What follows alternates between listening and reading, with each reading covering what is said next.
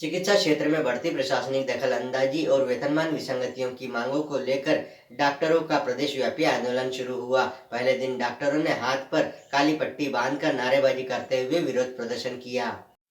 चिकित्सा क्षेत्र में बढ़ती प्रशासनिक दखल-अंदाजी और वेतनमान विसंगतियों की मांगों को लेकर डॉक्टर्स का प्रदेशव्यापी आंदोलन शुरू हुआ। पहले दिन डॉक्टर्स ने हाथ पर काली पट्टी बांधकर विरोध जताते हुए नारेबाजी करते हुए प्रदर्शन किया। मध्य प्रदेश शासकीय स्वशासकीय चिकित्सा महासंघ के आह्वान पर प्रदेश स्तरीय आंदोलन शुरू हुआ। पहले दिन हाथ पर काली पट्टी बांधकर विरोध जताया गया। महासंघ से जुड़े सदस्यों द्वारा बताया गया कि डॉक्टर्स का आंदोलन 5 चरणों में होगा। अब तक 4 चरणों की रूपरेखा तैयार हो चुकी है। वहीं मांगे नहीं माने जाने पर 5वें चरण में प्रदेशव्यापी असहयोग आंदोलन किया जाएगा। सभी डॉक्टर्स ने हाथ पर काली पट्टी बांधकर सांकेतिक विरोध दर्ज कराया।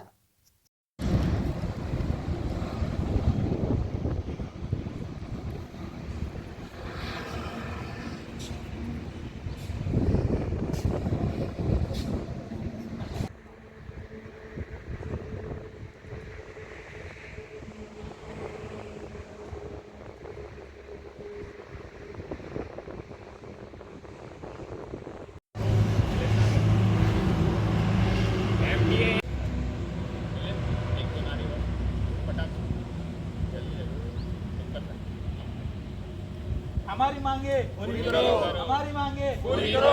एमडी एकता बंद करो, बंद करो, बंद करो, बंद करो।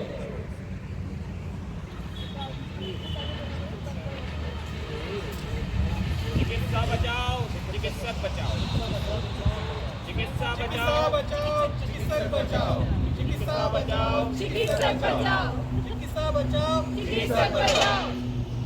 एमटी एकता जिंदाबाद। प्रदर्शन किया जा रहा है, क्यों किया जा रहा है? हाँ, मैं डॉक्टर सौरभ जैन, अध्यक्ष एमटीए मंदसौर से।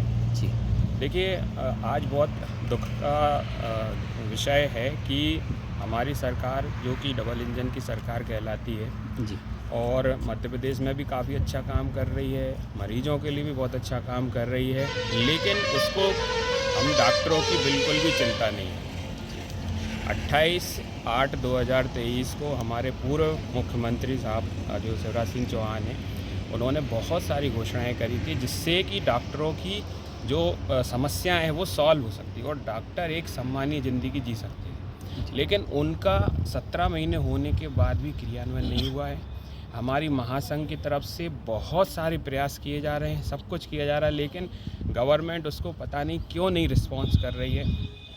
क्योंकि यदि आप देखें तो एक तरफ तो आप बोलते हैं कि डॉक्टर भगवान का दूसरा रूप है। यदि आपको मरीजों के लिए अच्छा करना है, जो कि सरकार करने की कोशिश कंटिन्यूसली कर रही है, तो सबसे इम्पॉर्टेंट है कि आप डॉक्टर्स की समस्याएं दूर करें। तो डॉक्टर्स की बहुत सारी समस्याएं हैं। पहली समस्या ये है कि उनको किसी भी प्रकार की सुरक्षा नहीं मिल रही है। हमने महिला सुरक्षा के लिए भी बात करी, लेकिन आज तक कोई कमेटी नहीं बनी।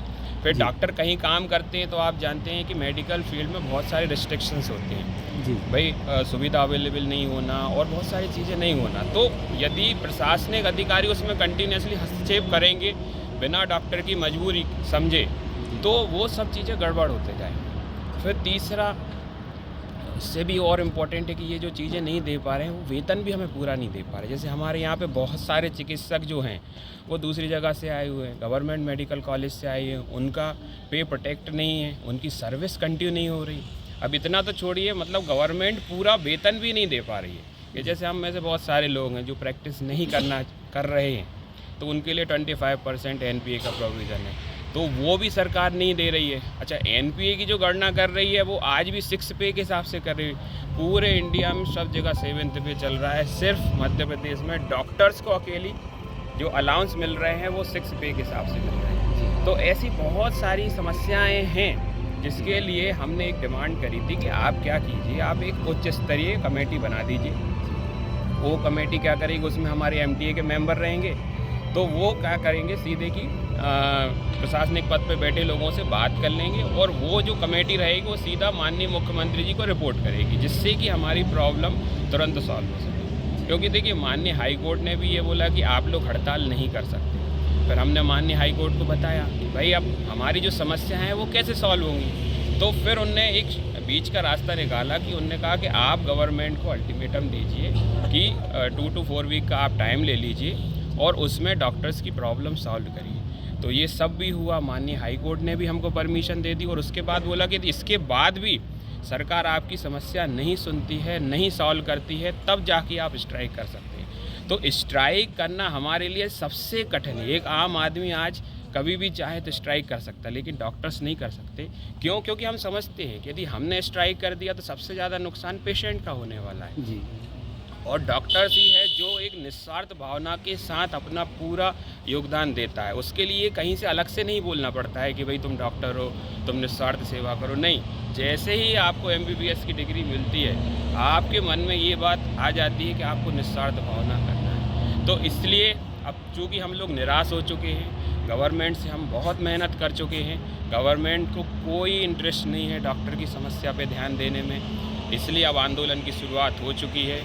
आज पहला दिन है, आज हम सिर्फ काली पट्टी बांध के प्रदर्शन कर रहे हैं। इसके बाद कल जो एक और बहुत बड़ी समस्या है, हमारे अमानक दवाइयों की सप्लाई जो हो रही है। हम हमेशा पेशेंट के लिए, केयर के लिए खड़े रहते हैं, तत्पर रहते हैं, लेकिन बहुत सारे लोग ऐसी दवाइयाँ दे रहे हैं जिन मतलब बेकार दवाइयाँ, अमानक दवाइयाँ हैं जी। उनको भी गवर्नमेंट ने उनको मतलब विरोध हमने किया तो उनको ब्लॉक तो कर दी बिक्री, लेकिन उन दवाई देने वालों के अगेंस्ट आज तक FIR नहीं हुई, जो कि बहुत ही गलत है। तो कल अमानक दवाइयों के लिए एक सांकेतिक होलिका करेंगे हम। उसके बाद परसों जो है, परसों सारे जितने भी हमारे चिकित्सक हैं वो सामूहिक उपवास करेंगे 1 घंटे के लिए। इसके बाद मंडे से यदि इसके बाद भी कुछ नहीं होता है तो मजबूरन बस हमें प्रॉपर स्ट्राइक शुरू करना पड़ेगी। आपका नाम और पता? डॉक्टर सौरभ जैन, अध्यक्ष MTA Mandsaur. Thank you sir.